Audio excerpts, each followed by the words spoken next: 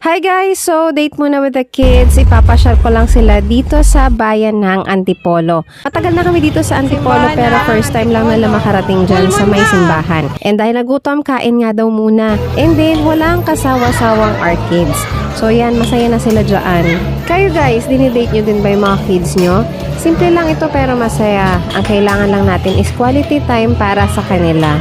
Minsan lang sila bata, so enjoy na natin yung season nila, 'di ba? At syempre hindi pwedeng hindi kasali ang nanay, 'di ba? So makikipaglaro din ako sa kanila. Iba pa rin talaga guys yung bond na nakakalaro mo sila or nakikipag-interact ka sa kanila.